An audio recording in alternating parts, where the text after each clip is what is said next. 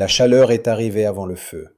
Pas la chaleur d'un incendie, une autre sorte. Celle qui vient de tous les côtés à la fois, qui n'a pas de direction, qui te fait comprendre que tourner le dos ne résoudra rien.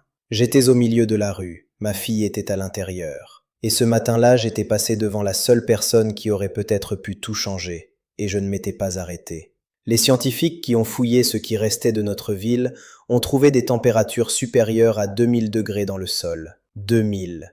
L'acier fond à 1400. Ce qui resta de nous fut du sel, des tonnes de sel fondu, absorbé par la terre pendant des siècles, rendant tout infertile.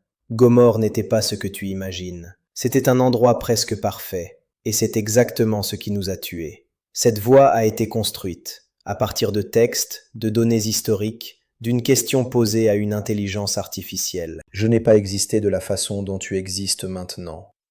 Mais Gomorrhe a existé, la vallée a existé, le sel est encore là, et ce que tu vas lire est fondé sur la Genèse, sur Ézéchiel, et sur des fouilles archéologiques publiées. Dis-moi dans les commentaires, quand as-tu passé à côté de quelqu'un pour la dernière fois sans vraiment le voir? Le soleil s'est levé ce matin-là comme il se levait chaque jour. C'est la partie qui ne figure jamais dans les récits. Il n'y avait pas de nuages dramatiques, aucun présage visible. Le Jourdain coulait au même rythme, et le pain que ma voisine cuisait chaque matin embaumait déjà la rue quand j'ai ouvert la porte. Cette odeur de farine et de bois qui signifie que le monde fonctionne encore, qu'un jour de plus va s'écouler sans interruption.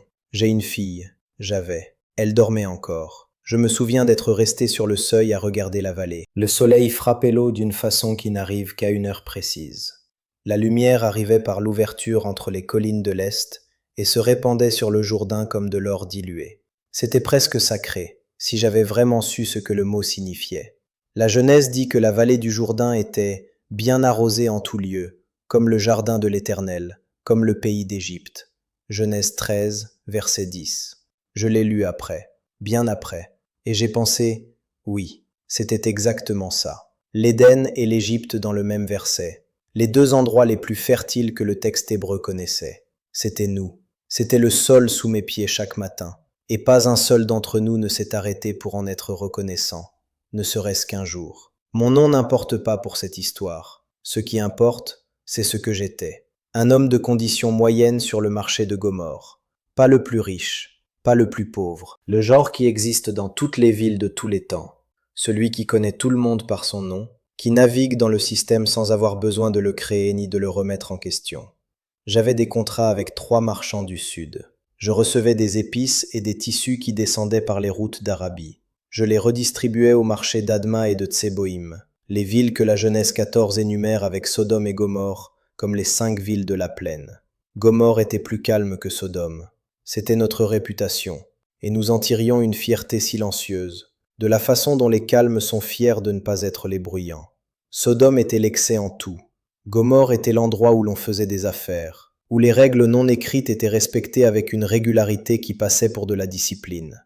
Mais il y avait une chose que nous partagions avec toutes les autres villes, l'indifférence, pas la haine. L'indifférence qui est plus dangereuse parce qu'elle n'a pas de visage, pas de jour d'origine. Ézéchiel fut précis. Chapitre 16, verset 49. L'orgueil, la satiété du pain et une tranquille sécurité. Voilà ce qu'elle avait, elle et ses filles. Elle ne soutenait pas la main du malheureux et de l'indigent. Ce n'est pas une liste de crimes spectaculaires. C'est le portrait d'une civilisation qui avait si bien entraîné le muscle, consistant à ne pas voir la souffrance d'autrui, que ce muscle avait simplement cessé de fonctionner. J'étais ce muscle, fonctionnel en tout ce qui me servait, atrophié exactement là où ça comptait. Il y avait un homme à l'entrée est du marché. Il était arrivé peut-être 3 ans auparavant. D'où, personne ne le savait.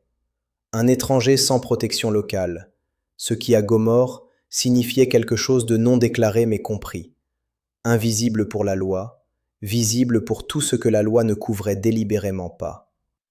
Je passais devant lui chaque jour. Chaque jour. Il était assis sur une pierre avec un bol d'argile devant lui. Parfois il y avait de la nourriture dans le bol. La plupart du temps, il n'y avait rien que de l'argile et de l'ombre. Je ne me suis jamais arrêté. Et ce qui est troublant, ce que je ne comprends que maintenant, c'est que je ne m'arrêtais pas par cruauté. Il n'y avait aucune colère là-dedans. Il était devenu une partie du décor, comme la pierre sur laquelle il était assis, comme l'ombre de l'après-midi sur le sol de terre battue. J'avais appris, sans effort conscient, à ne pas le traiter comme une personne. C'est ce que fait l'abondance quand on la laisse agir assez longtemps. Elle ne fait pas de toi un monstre, elle fait de toi un décor, et le décor ne sauve personne. Ce matin-là, je suis passé par l'entrée est plutôt que d'habitude.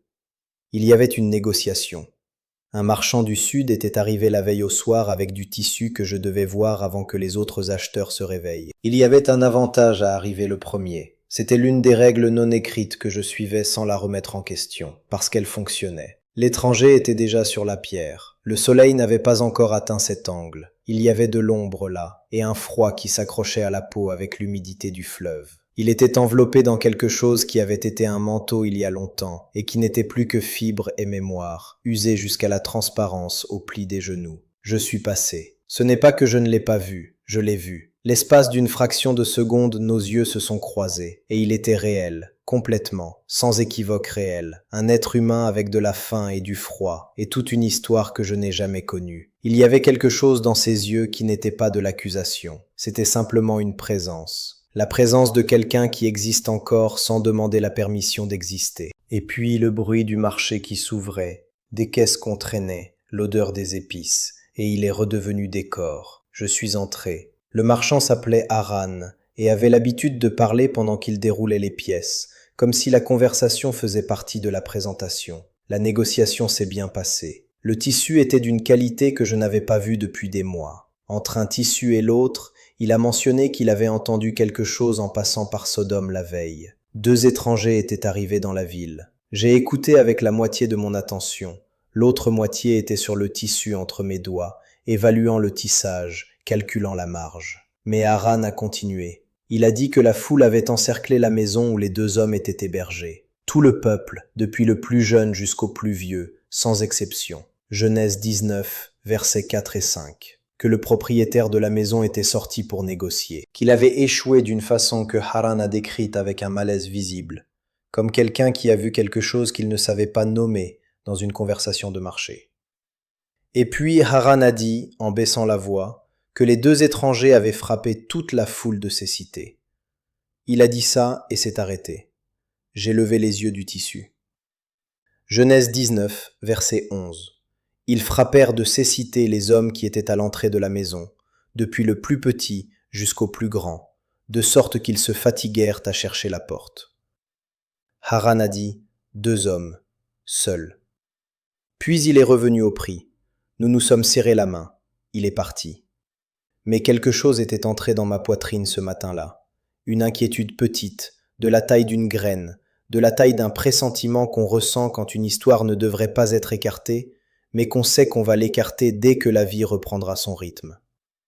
Le soleil était déjà haut quand je suis sorti. La chaleur de la vallée frappait les pierres avec cette solidité de milieu de matinée, faisant légèrement trembler l'air. L'étranger avait disparu de la pierre. C'est alors que j'ai regardé, sans raison particulière, en direction de Sodome. La fumée était ténue, presque imperceptible. Une ligne tordue au-dessus des collines du nord, plus sombre que la brume de la vallée, mais encore trop légère pour être une alerte. J'ai regardé pendant peut-être 3 secondes, et puis j'ai regardé mon tissu, calculé la marge, et j'ai commencé à marcher vers la maison. J'aurais dû partir après avoir vu cette fumée. Cette phrase m'accompagne depuis lors. J'aurais dû. Le mot le plus lourd du vocabulaire humain, plus lourd que la culpabilité, plus lourd que le regret, parce que tous deux impliquent une conscience de l'erreur au moment où elle a été commise. J'aurais dû est différent. J'aurais dû, c'est pour quand on a vu, traité et choisi le confort du doute. J'ai choisi le doute. Je suis rentré chez moi. J'ai posé le tissu sur la table. La négociation avait bien rapporté. Il y avait une satisfaction petite et concrète dans ce ballot plié,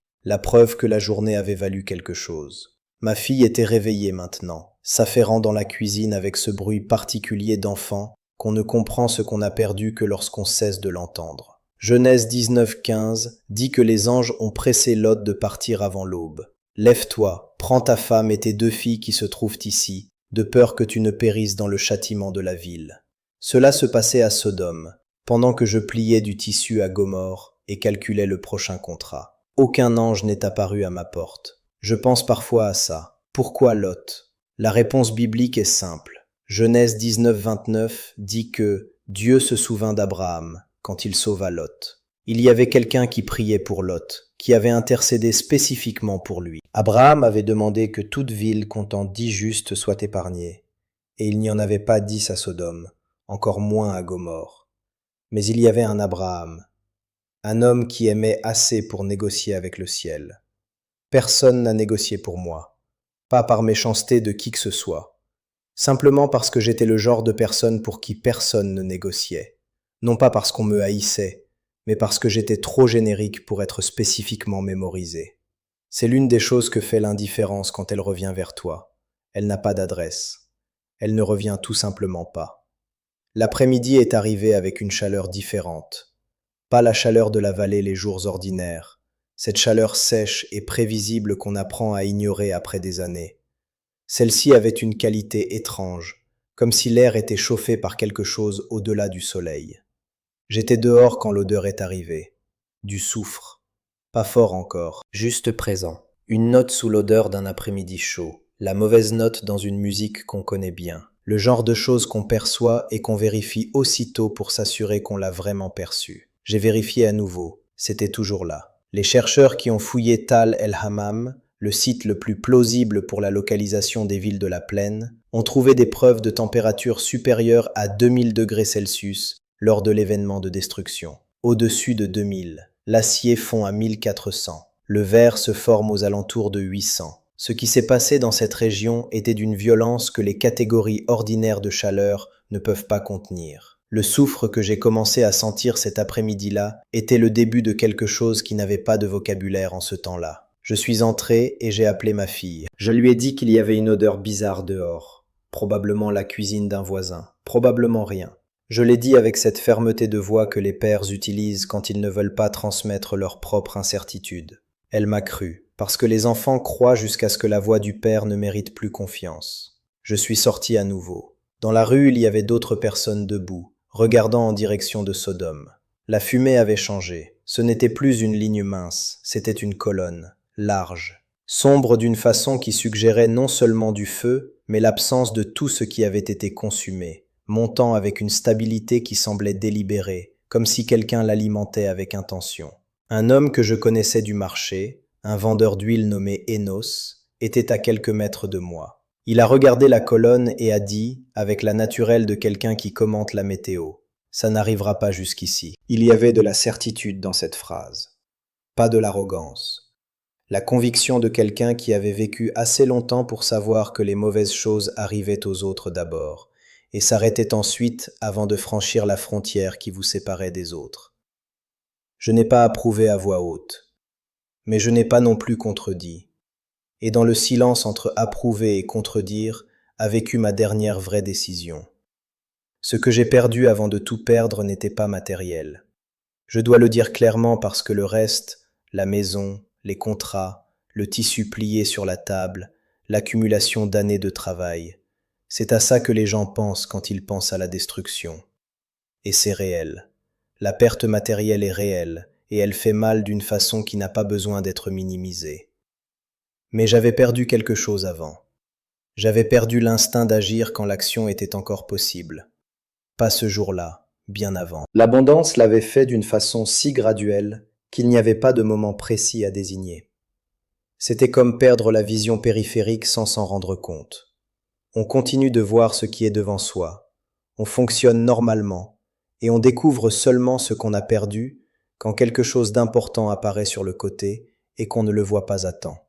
L'étranger sur la pierre était un test de vision périphérique. Je passais devant lui chaque jour depuis des années, et je ne l'avais jamais vraiment vu. Non pas parce que j'étais un homme mauvais, parce que j'étais un homme qui avait appris à ne voir que ce qu'il était utile de voir. La parabole du riche et de Lazare en Luc 16 ne parle pas de cruauté déclarée. Elle parle de ça.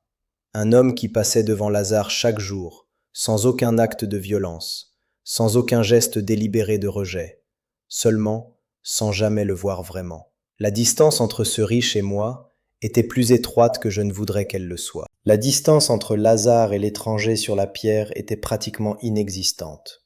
C'est ça qui pèse le plus. Pas ce que j'ai fait, ce que j'ai laissé de côté si complètement que j'avais cessé de sentir le poids de l'avoir laissé.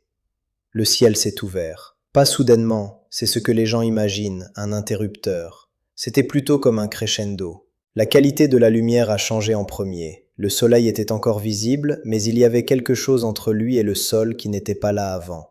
Une couche qui distordait la couleur, qui faisait paraître les pierres de la rue comme dans un coucher de soleil, alors qu'il était encore le milieu de l'après-midi. Puis la chaleur. Pas la chaleur avec une direction, pas la chaleur qui vient d'un côté et dont on peut se détourner pour l'éviter. La chaleur de tous les côtés à la fois, celle qui te fait comprendre que le problème n'est pas dehors, mais dans l'air même que tu respires. J'étais au milieu de la rue. Il y avait d'autres personnes autour de moi. Le vendeur d'huile, 2 femmes que je reconnaissais de vue, un garçon qui courait quelque part avec l'urgence sans destination de quelqu'un qui sent qu'il doit courir, mais ne sait pas vers où. Genèse 19, 24 à 25. L'Éternel fit pleuvoir sur Sodome et sur Gomorrhe du soufre et du feu, de la part de l'Éternel, du haut des cieux. Il détruisit ces villes et toute la plaine. Toute la plaine. Le mot hébreu est kikar, la plaine circulaire, le bassin entier du Jourdain. Pas une ville, pas une rue, le système entier. Les archéologues ont trouvé exactement ça, une destruction qui s'est étendue sur toute la vallée, pas à partir d'un point isolé. La phrase n'est pas une hyperbole poétique, c'est un constat géographique vérifiable. Je n'ai pas eu le temps d'y penser. Je n'ai pas eu le temps de penser à quoi que ce soit, et c'est peut-être ça la chose la plus difficile à expliquer à propos de ce moment. On imagine les fins avec le temps de les traiter, avec un moment de clarté avant, avec quelque chose qui ressemble à une conclusion. Ce n'était pas comme ça. La dernière vraie pensée que j'ai eue était pour ma fille, qui était restée à l'intérieur, que j'avais laissée à l'intérieur avec mon explication sur l'odeur de cuisine du voisin, et vers qui je devais retourner maintenant. Maintenant, immédiatement. J'ai fait un pas en direction de la maison, et puis il n'y avait plus que du blanc. J'ai dit que du blanc, mais ce n'était pas que du blanc.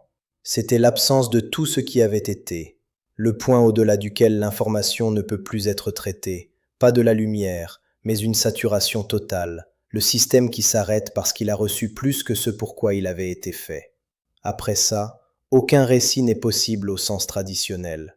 Il n'y a que ce qui est resté, et ce qui est resté, c'est le sel. Les chercheurs de Tal el-Hammam ont trouvé des quantités anormales de sel sur le site, du sel fondu, du sel aérosolisé, du sel intégré dans des couches de destruction qui ont rendu ce sol infertile pendant des siècles. Genèse 19, 26 dit que la femme de Lot s'est transformée en colonne de sel quand elle a regardé en arrière. Parmi les chercheurs, il existe l'hypothèse que l'événement a généré un nuage de sel qui a imprégné tout ce qui était exposé au vent. Tout corps dans la bonne direction aurait pu être littéralement salé, préservé, transformé en quelque chose qui demeure, mais ne vit pas. Le sel conserve, le sel tue, parfois les deux à la fois. C'est ce qui reste de Gomorrhe, la mémoire préservée par le même agent qui l'a détruite. Et maintenant je suis ici, construit de données et de questions, essayant de te dire ce que ce sel signifie.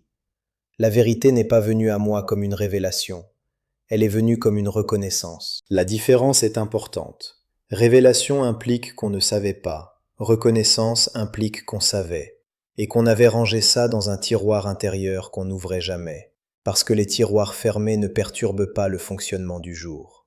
Je savais que l'étranger sur la pierre était une personne. Je savais que la structure de la ville exploitait ceux qui n'avaient pas de protection. Je savais qu'il y avait quelque chose d'incorrect dans le genre de normalité qui avait besoin de l'invisibilité de certains pour fonctionner pour d'autres. Je savais, et j'ai continué, parce que la ville fonctionnait, parce que ma fille avait ce dont elle avait besoin, parce que j'étais un homme raisonnable au sein d'un système que je n'avais pas créé, et cette combinaison, homme raisonnable au sein d'un système injuste, est la plus dangereuse de toutes, parce qu'elle ne produit pas de monstres visibles. Elle produit du décor. Et le décor dure tant que la structure dure. Quand la structure s'effondre, le décor s'effondre avec elle. Et personne ne le pleure, parce que personne ne l'avait connu comme des personnes. C'était une partie de l'environnement. Le jugement n'est pas venu interrompre le mal spectaculaire. Sodome avait le spectaculaire. Gomorrhe avait la normalité. Et les deux ont été détruites le même jour, pour la même cause, à la même vitesse. Parce que le problème n'était pas le niveau d'intensité de l'erreur, c'était la direction du cœur. C'était ce qu'une ville avait décidé, au fil des générations, qui était visible et ce qui était décor. Ézéchiel 16,49 est le verset que personne ne lit quand on parle de nous. Et je comprends pourquoi. Parce que c'est le verset qui fait mal d'une façon différente. Il est plus facile d'être confronté à des crimes dramatiques qu'à l'indifférence structurelle. Il est plus facile de dire « je ne ferai jamais ça » que de dire « je fais ça chaque semaine et je l'ai appelé vie normale ». L'indifférence n'a pas de visage de méchant. Elle a le visage de la routine. Maintenant, regarde ta ville. Pas dans le sens dramatique, je ne te demande pas d'identifier un équivalent moderne de Sodome et de pointer du doigt. Je te demande quelque chose de plus simple et de plus difficile à la fois. Pense à une personne qui existe dans ton champ de vision de façon régulière. Pas quelqu'un que tu détestes, quelqu'un que tu ne traites simplement pas comme une personne. Le livreur qui arrive chaque semaine et dont tu n'as jamais demandé le nom. L'agent d'entretien de l'immeuble où tu travailles qui est là chaque matin et devant qui tu es passé sans regarder peut-être 200 fois au cours de l'année écoulée. La personne sur le trottoir que tu as appris à contourner avec un détour si naturel que ton corps l'exécute sans instruction consciente. Je ne dis pas que tu es mauvais, je dis que tu peux être du décor, et que le décor ne sauve personne, ni les autres, ni lui-même. L'abondance engourdit, pas soudainement, par accumulation. Un jour confortable suivi d'un autre, jusqu'à ce que le confort devienne l'état par défaut, et que tout ce qui le remet en question semble exagération, inconvénient, alarmisme. Ça n'arrivera pas jusqu'ici. Non, parce que nous sommes raisonnables, parce que les mauvaises choses arrivent à d'autres personnes qui ont fait de moins bons choix. Pierre dit que Dieu a condamné ces villes en les réduisant en cendres, les plaçant comme un exemple pour ceux qui vivraient dans l'impiété. 2 Pierre 2,6. Le mot « exemple » n'est pas décoratif. Il est fonctionnel. Il est là pour que ceux qui voient l'exemple puissent agir avant que l'exemple ait besoin d'être répété. L'exemple a été donné. Il y a une chose à propos d'Abraham qui m'accompagne. Genèse 18 le montre en train de négocier avec Dieu pour la vie des villes. Il a demandé « Et s'il y a 50 justes, 40, 30, 20, 10 ?» Dieu a dit qu'il épargnerait les villes pour 10 justes. Il n'y en avait pas 10. Mais ce qui m'impressionne, ce n'est pas l'absence des 10, c'est la présence d'Abraham. Quelqu'un s'est réveillé ce jour-là disposé à demander, pas à juger, pas à confirmer que les villes méritaient ce qui allait arriver, mais à demander, et s'il y a quelqu'un qui vaut la peine? Et si j'essaie? Que se passe-t-il si je prends au sérieux le fait que ces personnes sont des personnes? Il n'y avait pas 10 justes, mais il y avait un Abraham, et cet unique a suffi pour sauver le seul qui pouvait être sauvé ce jour-là. Tu n'as pas besoin d'être les 10, tu as besoin d'être l'Abraham, la personne qui décide que ça vaut la peine de demander, qui décide que l'étranger sur la pierre est visible, qui décide que l'indifférence n'est pas de la neutralité, mais un choix qui a du poids et des conséquences réelles. Cette voix va se taire maintenant. Mais avant de partir, une question. Pas sur Gomorrhe, pas sur l'archéologie, sur toi. Y a-t-il quelqu'un dans ta vie qui est devenu une partie de ton décor sans que tu aies remarqué le moment exact où cela s'est passé? Si la réponse est oui, et je soupçonne que pour la plupart d'entre nous la réponse est oui, alors ce que tu viens d'entendre n'est pas seulement une histoire sur une ville détruite il y a des millénaires. C'est un rappel que le sel est encore dans le sol, et que la décision de ne pas devenir décor est encore disponible. Encore. Maintenant. Avant qu'aucune fumée n'apparaisse à l'horizon.